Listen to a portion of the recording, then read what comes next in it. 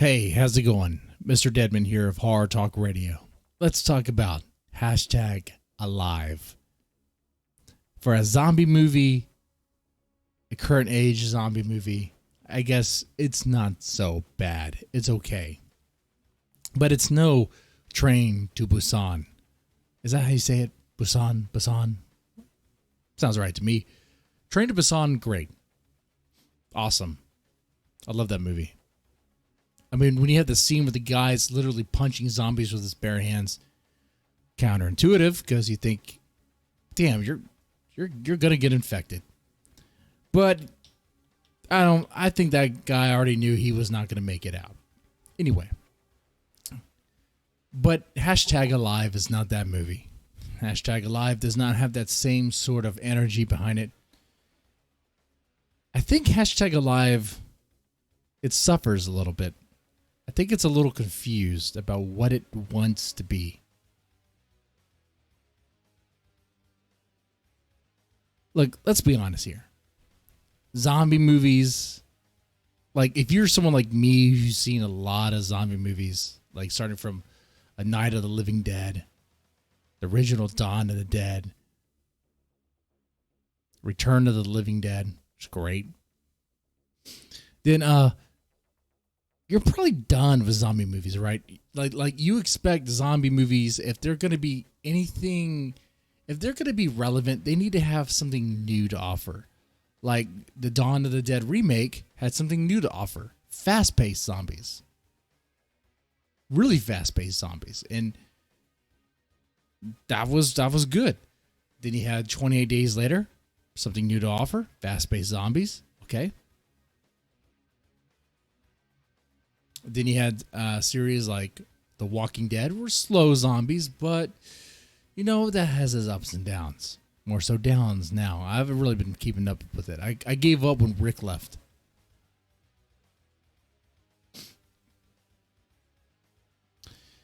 Hashtag alive. What does it offer?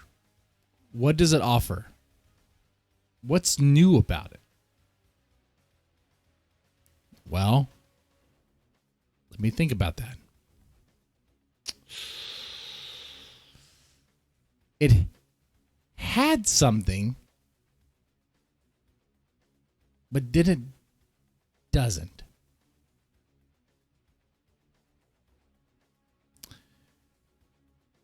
Like, it's not a bad movie.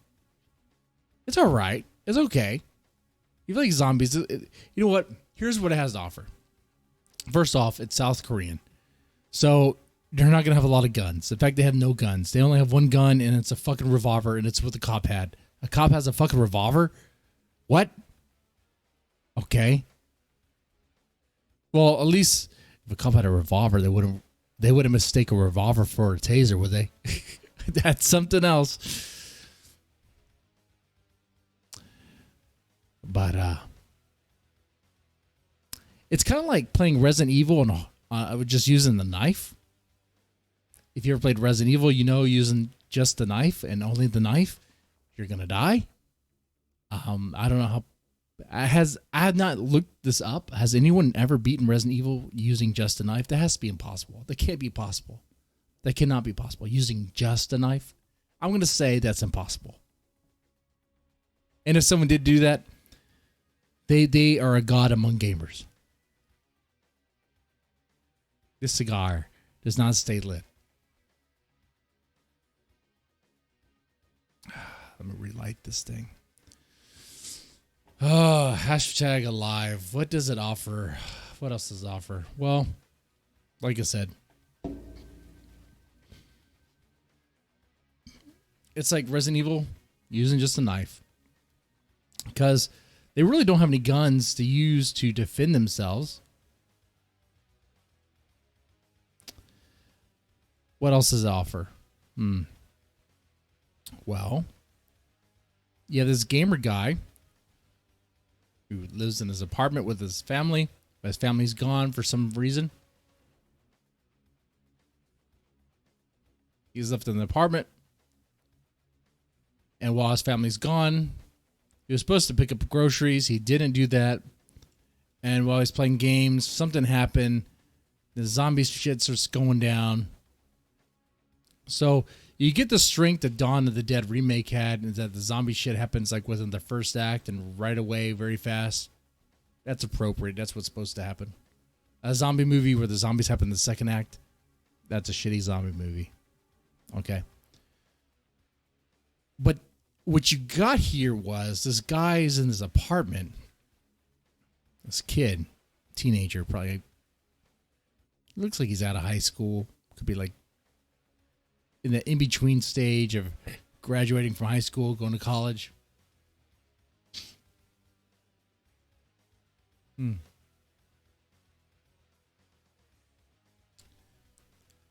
Most of the time you spend with this main character in this movie, #Alive, is in the guy's apartment.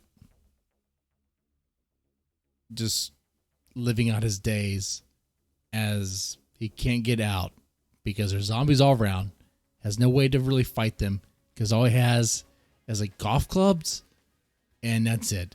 And these zombies, they're not playing around. They're fast paced. They're fucking killing machines. You're not playing around with them. If this kid had like, if he was in America and his dad had an arsenal, he would have been just fine. But it's not that movie. So it's okay. And it shows his life. It shows his supplies that he has, his food that he has. It's like, it looks like it's going to be like a survival movie in that how long is this guy going to survive? How's he going to deal with cabin fever, being in his apartment, not be able to get out for like a number of days, for a week, 2 weeks straight, dealing with hunger. It could have been that movie, but it wasn't that movie. I was hoping it was that movie. That would have been cool. The #Alive part, though. Why #Alive? Because it tries to incorporate like the social media aspect. And it does that, I say, very lazily and stupid. Parts in the beginning where it uses the live stream and TikTok, Twitter shit. It used that in the beginning, but then it's just gone. I'm surprised that they're even able to use that at all. I don't know. Being in Texas, it's like when shit goes down, power goes out. I guess in South Korea, when shit goes down, power stays, which I doubt that. If anyone in South Korea watches this video, let me know. When shit goes down, like bad weather or some, I guess, bad weather or natural disaster, does your power stay or does it go? Because in this movie, the power stays quite a while. It seems. But then later half the power is just gone and the water's gone. So I guess the part's all right. But yet for some reason his cell phone, the laptop retains battery. And he's still recording YouTube videos? How is he uploading those YouTube videos? He can't upload them. What's the purpose of that?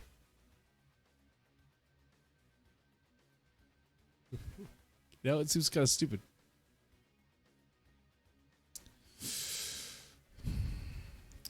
I thought it was going to be that movie. Where we see this guy try to survive and ultimately end with a suicide. But surprise, surprise, that's just the end of the first act. Because didn't we get the girl, the love interest? Oh, in the apartment across the across the street. Same level, just right across. Okay. She's still alive.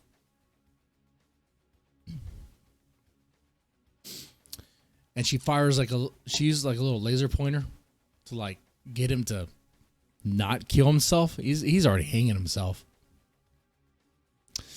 by this point. He's struggling. He decides he wants to live. Okay, wait.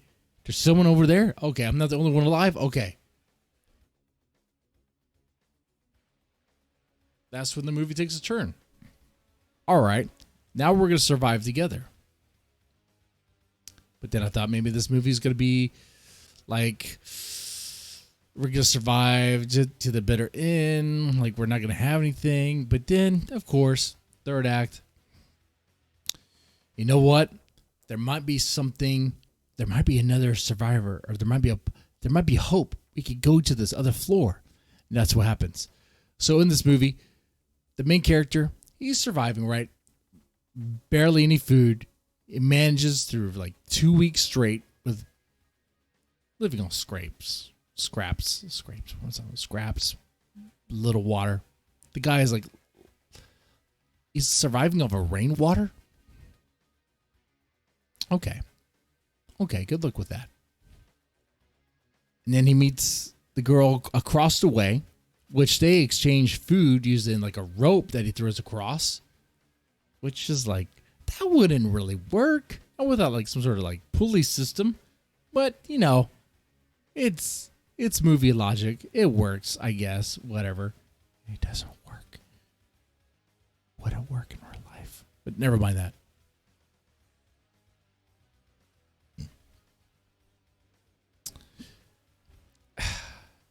You know, it's like, that's the part of the movie when I was like, okay, well, now this is just any other zombie movie. You could have had something. I would have been okay with this just being a documentary about some guy trying to survive in his apartment during a zombie apocalypse. Shit, I'm gonna be sick. I'm gonna be turned to a zombie. I would say another strength is the zombie transformations. Really good stuff. That shit happen all the time. You know what? A weird thing about this movie is that there's a cop that gets killed. She's on the street. That's where the revolver comes from. And she's shooting her gun. And she dies. The zombies overpower her. Not only do they overpower her, but for some reason, they like drag her fast. It's not humanly possible to move this fast across the road to like the subway where there's like a horde of zombies. I thought there's going to be some bigger epic thing here. What's going on? Are like the zombies getting smart? Are they trying to like offer food for a zombie king? What's going on here? There's a story that I'm not getting. But no, nothing's done with that. That's never explained. It just seems to be this weird thing that happens. It's like, why does it happen? We don't know. Whatever. It doesn't matter.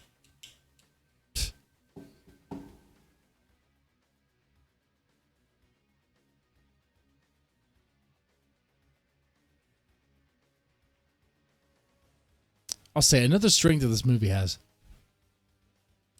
around the third act. When they meet the guy who lives on, I think the 8th floor? Was it the 8th floor? I think it is. I thought the guy was a straight up cannibal. And it looks like they're trying to imply that he could be a cannibal. Something's weird about this guy. He has a whole bunch of food.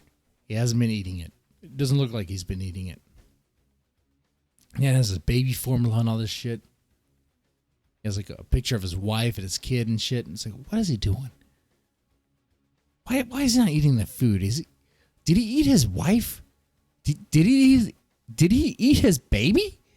Did he have baby back ribs? Really? Wow. Crazy. What if the guy's like killing zombies and like barbecuing zombie meat? Like, that'd be cool. No, we're not going to do that. Instead, what we're going to do, what the movie decides to do, is have the wife be a zombie in that same apartment. And really what the guy is, he's a psychopath trying to feed his zombie wife. Oh. Really? That's the angle you're going with? Okay.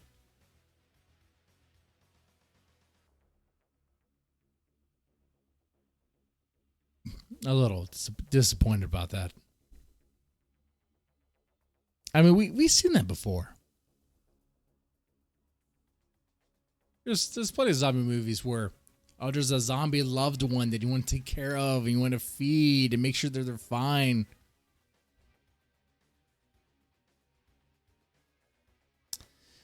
You know, I gotta say overall, hashtag alive. I mean,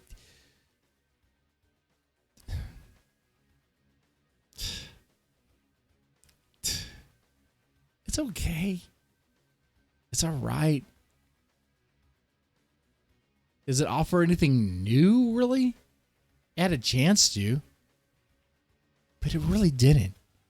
It's okay. There's a few scenes that come to mind that, all right, they're pretty good. Like when the main character is out, he's looking for stuff to pillage, to look for stuff to take back to his apartment. He's trying to avoid the zombies like he's playing like Metal Gear or some shit. Like he's trying to avoid the zombies. Like he's like running around the hallway being all stealth. It's like, okay, come on now. That part was kind of silly. But there's this part where a zombie with like no eyes was walking by. Couldn't see him, looking right at him, but he has no eyes. He was like, just walking by. That part was cool.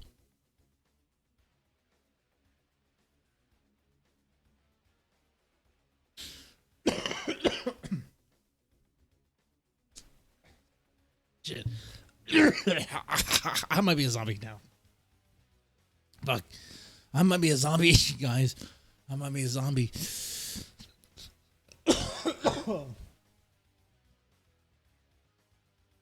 Oh, shit.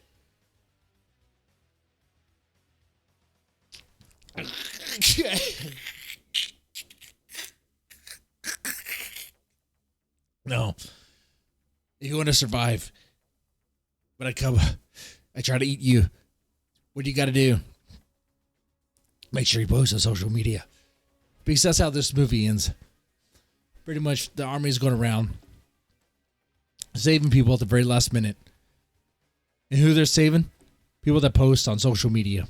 YouTube, Twitter, and all, TikTok, whatever. So I guess the moral of the story is post on social media, be active, and maybe you'll survive. So lame. As lame as that bit sound, that's the movie. So if you haven't seen this movie, I just saved you time. Guys, I like a lot of horror movies. I like B movies too. I like zombie movies. This, it's just okay. It's average. It's below average actually. But the younger generation growing up, if this is their thing, they might think it's like the best thing ever. But it is what it is. Y'all take my advice or you don't. Let me know in the comment section what you think about this movie. You have a good one.